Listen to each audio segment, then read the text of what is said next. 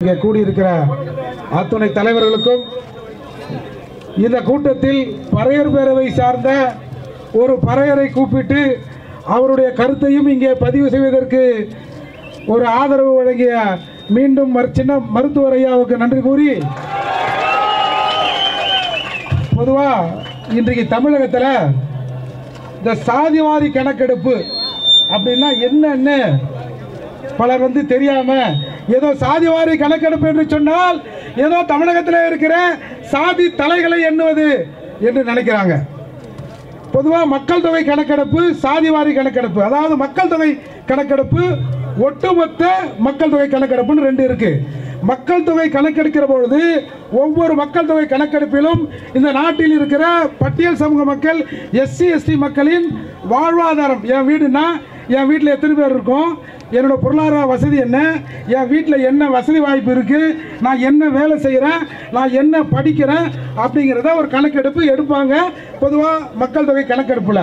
சாதிவாரி கணக்கெடுப்பு என்பது எங்களை எப்படி இந்த சமூகத்தில் என்னென்ன வசதி வாய்ப்பு, சோசியல் எக்கனாமிக்கலி நாங்கள் எப்படி இருக்கிறோமோ அதை போல எல்லா சமூக மக்களுக்குமான அந்த சமூக நிலையை ஆய்வது தான் சாதிவாரி கணக்கெடுப்பு. இந்த கணக்கெடுப்பு 1872 ஆங்கிலேயர் மக்கள் தொகை கணக்கெடுப்பு எடுத்தாங்க. அதுக்கப்புறம் 1931 இந்த சாதி குறித்தான விவரங்கள் அடங்கிய கணக்கெடுப்பு இந்தியாவில் எடுக்கப்பட்டது, குறிப்பாக தமிழகத்திலும் சேர்த்து எடுக்கப்பட்டது. அதற்கு பிறகு எந்த தரவுகளும் எந்த சாதியில் எந்த மக்கள் எந்த நிலையில் இருக்கிறார்கள் என்ற ஒரு புள்ளி விவரம் கூட இந்த அரசு கிட்ட இல்லை. 1951, 61, 91, 2001 மக்கள் தொகை கணக்கெடுப்பிலும் இதே நிலைதான். எங்களை பற்றிய டீட்டெயில் இருந்ததே தவிர மற்ற தமிழகத்தில் இருக்க எந்த மக்களை பற்றியுமான டீட்டெயிலும் அரசு எடுக்கல. அதனால தான் இப்போ 2011 மத்திய அரசு இந்த சாதி வாரியான கணக்கெடுப்பை எடுத்தது. அந்த கணக்கெடுப்பை எடுத்து 2015 அந்த சோசியல் வெல்ஃபேர் டிபார்ட்மெண்ட் கிட்ட கொடுத்து, அமைச்சர்கிட்ட கொடுத்து, அந்த கணக்கெடுப்பு இன்னும் வரல. இப்படி இருக்கிற நிலையில் 2022 திரும்பவும் இந்த கணக்கெடுப்பு எடுக்கப்பட்டிருக்கணும். அப்படி எடுக்கப்பட்டதுன்னா அந்த கோவிட் காலம்ன்றதால அதை இவங்க எடுக்கல. இப்போ தமிழக அரசை நாம மருத்துவர் ஐயா உட்பட எல்லாரும் கேட்குறாங்க சாதிவாரி கணக்கெடுப்பு எடுங்கன்னு.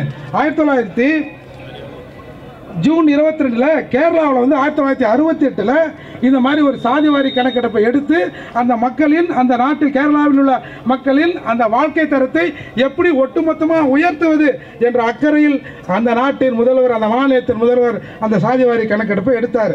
இன்றைக்கு கர்நாடகாவில் 2014, 2015 இதே சாதிவாரி கணக்கெடுப்பு எடுக்கப்பட்டது. ஆனால் அது வெளியில் விடலை. இப்படி இருக்கிறபோது இன்றைக்கு பீகார், கர்நாடகா, ஒரிசா, ஆந்திரா, தெலுங்கானா, ராஜஸ்தான், சத்தீஸ்கர் போன்ற மாநிலங்கள்லாம் முயற்சிகள் எடுக்குது. ஏன் தமிழ்நாடு எடுக்க மறுக்குது? அதுதான் இப்போதைக்கு தமிழகத்தின் முன் இருக்கிற மிகப்பெரிய கேள்வி. நான் போய் 10.5% கேட்பதற்கு எனக்கு வெக்கமா இருக்கு. யார்கிட்ட போய் நான் இந்த மண்ணின் மைந்தன், தமிழகத்தில் இருக்கிற பெரும்பான்மையான சமூகத்தின் பிரதிநிதியாக இருக்கிற நான் யார்கிட்ட போய் 10.5% கேட்கறது எனக்கு வெக்கமா இருக்குன்னு மருத்துவர் சொன்னார்ல. தமிழகத்தில் இருக்கிற ஒவ்வொரு தமிழனும் அதுக்கு வெக்கப்பட்டிருக்கணும். யார்கிட்டடா போய் யாரா என்னை கணக்கெடுன்னு உங்ககிட்ட சொல்லணுமா? இப்போ இங்க பாருங்க, எஸ்சிகள் 18% தோராயமா இருக்கணும்னு சொல்றோம். ஆனா கணக்கெடுப்பில் 22.5% நாங்கள் இருக்கிறோம். ஆனால் இந்த 18 ஒரு 3 மைனஸ் ஆக்கி 15 ஆக்கி அந்த 15லும் ஒரு முன்னுரிமை கொடுத்து ஒரு பிரிவுக்கு நீங்கள் கொடுத்தீங்க. அப்போது நீங்கள் என்ன நினைக்கிறீங்க? 10.5% இன்னைக்கு செட்பேக் ஆகிருக்குன்னா தமிழகத்தில் இருக்கிறவன் எல்லாம் உறுதியானவன், இவன் ஒத்துமை இல்லாதவன், அதால் இவன் இப்படியே இருந்துருவான் அப்படின்ற நிலப்பில் தான் இன்றைக்கு தமிழக அரசு இதை எடுக்க மறுக்குது. இப்போது 10.5% கொடுத்தாங்க. சரி, மொத்தமாக இன்றைக்கு அமைச்சரவையில் ஒரு 3-4 வன்னியர் சமூக பிரதிநிதிகளுக்கு கொடுத்துருக்காங்க. இது தமிழகத்தில் மருத்துவர் ஐயாவும் அன்புமணி ராமதாஸ் அவர்களும் GK மணி போன்றவர்களும் PMK இல்லைன்னா இந்த சமூகத்திற்கு நடந்திருக்குமா? இவர்களுக்கு மூவருக்கு பயந்து தான் இந்த அரசு அமைச்சரவையில் இடம் கொடுத்துருக்கு. இப்போ நாங்கள் 18% இருக்கோம். எங்களுக்கு எத்தனை பேர் கொடுத்துருக்காங்க சொல்லுங்க. அப்போ எங்க சமூகத்தில் இத்தகைய தலைவர்கள் இல்லை. இந்த சமூகத்தை பார்த்து அரசு பயப்படாது என்ற நிலையில் தான் நாங்கள் அனாதையாக்கப்பட்டிருக்கோம். இன்றைக்கு பாமக மட்டும் இல்லைன்னா எப்படி பட்டியல் சமூக மக்கள் இன்றைக்கு பஞ்சை பராதியாக தமிழ்நாட்டில் இருக்கிறோமோ அதே போலத்தான் பாட்டாளி மக்கள் கட்சியும் வன்னியர் சமூகமும் இருந்திருக்கும் என்பதை இந்த சமூகம் மறந்துவிடக் கூடாது. இப்போ தமிழ் குடிகள் எல்லாம் இங்கே இருக்கிற எல்லா தமிழ் குடியும் எங்களை எண்ணுன்னு சொல்கிறோம். வட மாவட்டங்களில் இருக்கிற பெரும்பான்மையாக இருக்கிற பறையர் வன்னியர் எங்களை எண்ணுன்றோம். தென் மாவட்டத்தில் இருக்கிற தேவர் தேவேந்திரர் மற்ற முத்திரையர் இவங்க எல்லாருமே எங்களை எண்ணுன்றோம். என்றதுல உங்களுக்கு என்னையா பிரச்சனை? அதை வெளிப்படையாக முதல்ல சொல்லுங்க. என்னன்னா நான் பெரும்பான்மையாக இருக்கிறேன் என்பது எனக்கு தெரிந்துவிடும். ஒரு மைக்ரோசாப்ட் கம்யூனிட்டி தமிழ்நாட்டை ஆண்டு கொண்டிருக்கிறது. ஒரு கல்யாண மண்டபத்தில் அடைக்கக்கூடிய மக்கள் தான் தமிழகத்தை தொடர்ந்து ஆண்டு கொண்டிருக்கிறார்கள் என்பது வெளியே வந்துவிடும் என்பதற்காக இந்த திராவிட கும்பல்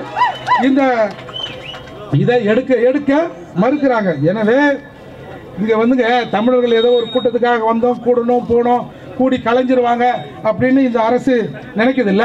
இன்னைக்கு சாதிவாரி கணக்கெடுப்பை எடுக்க சொன்னால் இவர்கள் மத்திய அரசை வந்து எடுக்கணும்னு சொல்றாங்க. நான் ஒன்று சொல்றேன், ஜெயங்கொண்ட ஒரு கூட்டத்தில் திருமாவளவன் இந்த கொடியை பாமக கொடியை ஏற்றுகிறேன், இந்த தொகுதியில் பாமக வேட்பாளர் நிற்கவில்லை, திருமாவளவன் நிற்கிறேன் என்று உன் அக்காவிடம் சொல், உன் அம்மாவிடம் சொல், திருமாவளவன் ஓட்டு கேட்டு வந்தேன் என்று சொல்லுன்னு சொன்னல்ல.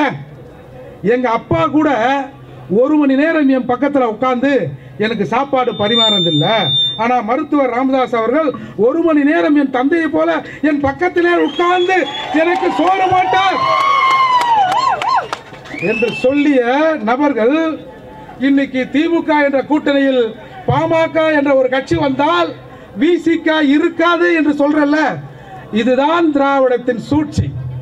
எனவே இன்றைக்கு வட மாவட்டத்தில் இருக்கிற வன்னியரும் பறையரும் இணைந்து விட்டால், தென் மாவட்டத்தில் இருக்கிற தேவரும் தேவேந்திரம் இணைந்து விட்டால், மற்ற தமிழ் சாதிகளும் ஒன்றாக நின்றா இங்கே தமிழர் அல்லாதவனுக்கு தமிழகத்தில் வேலையே இருக்காது. இதை நாம முதல்ல ஒழுங்கா புரிஞ்சுக்கணும். இன்றைக்கு தமிழ் சாதிகள் எல்லாம் ஒன்றாக சேர்ந்து, தமிழ் சமூகங்கள்லாம் ஒன்றாக சேர்ந்து எங்கள் தலையை எண்ணு என்கிற நிலை இன்றைக்கு இருக்கிறது. இந்த நிலை தொடர்ந்து நாம் இதை வலியுறுத்தி இதை நடத்தாவிட்டால் ஒட்டுமொத்த தமிழர்களும் எங்களுக்கு கொஞ்சம் இடஒதுக்கீடு கொடுங்க அப்படின்னு கேட்கிற நிலை தமிழகத்தில் வந்துடும்.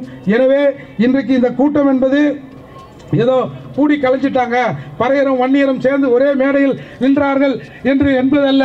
நான் இந்த கூட்டத்தின் வாயிலாக நம்முடைய அன்புமணி மருத்துவர் ஐயாவுக்கு ஒரு வேண்டுகோளை விடுக்கிறேன். எங்கெல்லாம் வட மாவட்டங்களிலே வன்னியருக்கும் வன்னியருக்குமான சின்ன சின்ன சண்டைகள் சச்சரவு நிற்கிறதோ, வன்னியர் சமூகத்தின் சார்பாக நீங்கள் வாருங்கள், பறையர் சமூகத்தின் சார்பாக நாங்கள் வருகிறோம். ஒரு 4-5 பிரச்சனையை நாம் ஒன்றாக நினைத்து தீர்த்துவிட்டால் இந்த தமிழகத்தின் அரசியல் வரலாறு மாறிவிடும். நாம் கேட்க வேண்டிய இடத்திலே இருக்கிற நாம் இவர்களுக்கெல்லாம் கொடுக்க வேண்டிய இடத்திலே இருப்போம். எனவே மீண்டும் மீண்டும் ஐயாவை நான் வற்புறுத்தி கேட்பது, வட மாவட்டங்களில் பறையர்களும் வன்னியருக்கும் பிரச்சனை ஏற்பட்டால் 2 சமூக பிரதிநிதிகளும் ஒன்றாக சேர்ந்து நமக்குள்ளே அந்த பிரச்சனையை தீர்த்து வைக்க வேண்டும்.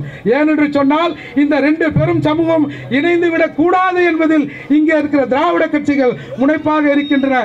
எனவே மீண்டும் மீண்டும் நான் வலியுறுத்தி சொல்கிறேன், இந்த தமிழ் சமூகம் பிறப்பால் ஒருவர் தமிழராக இருந்து தமிழ்நாட்டை ஆள வேண்டும் என்று சொன்னால் அதில் முதன்மையாக இருக்கிற மருத்துவர் ஐயாவை நோக்கி தமிழகம் திரும்ப வேண்டும். ஒரே ஒரு செய்தியை சொல்லி முடிக்கிறேன். இந்த பட்டியல் சமூகத்தை சார்ந்தவர் எவனும் முதலமைச்சர் ஆக முடியாது என்று, இந்தியாவிலே ஆக முடியாது என்று ஒரு புடுங்கி சொன்னார். ஆனால் ஒரு 6-7 முறை இந்தியாவில் முதல்வராக ஆகியிருக்கிறார்கள். மருத்துவர் ஐயா அன்புமணி ஐயா கூட சொன்னாரு, எங்களுக்கு ஆதரவு அளித்தால் ஒரு பட்டியல் சமூகத்திலே இருக்கிற ஒருவரை முதலமைச்சர் ஆக்குவதற்கு நாங்கள் தயார் என்று சொன்னார். அதே போல செந்தமிழன் சீமான் அவர்களும் ஒரு பட்டியல் சமூகத்தை சார்ந்தவரை முதல்வராக்குவதற்கு நாங்கள் தயார் என்று சொன்னார். இங்கே இருக்கிற தமிழ் குடிகள் கூட இதற்கு ஆதரவு அளிக்கும்.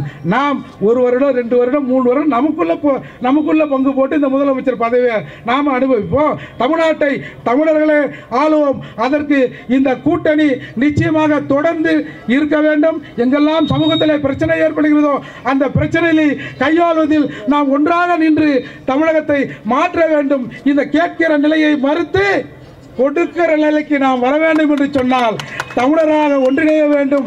குறிப்பாக வட மாவட்டங்களே இருக்கிற பறையரும் வன்னியரும் பறையரும் ஒன்றாக இணைஞ்சு, நாமெல்லாம் ஒன்றும் பெரிய மிட்டா மிராசலாம் இல்லை, எல்லாருமே கூலி வேலை செஞ்சுக்கின்னு அன்றாடம் காட்சிகளாக இந்த இரு பெரும் சமூகங்கள் இணைந்து விடக்கூடாது என்று இங்கே ஒரு பெரிய சதி நடக்கிறது. இந்த சதியை மருத்துவர் ஐயாவோடும் அன்புமணி ஐயாவோடும் சேர்ந்து நாம் முறியடிப்பதற்கு பறையர் சமூகம் தயாராக இருக்கிறது என்று கூறி முடிக்கிறேன். நன்றி, வணக்கம்.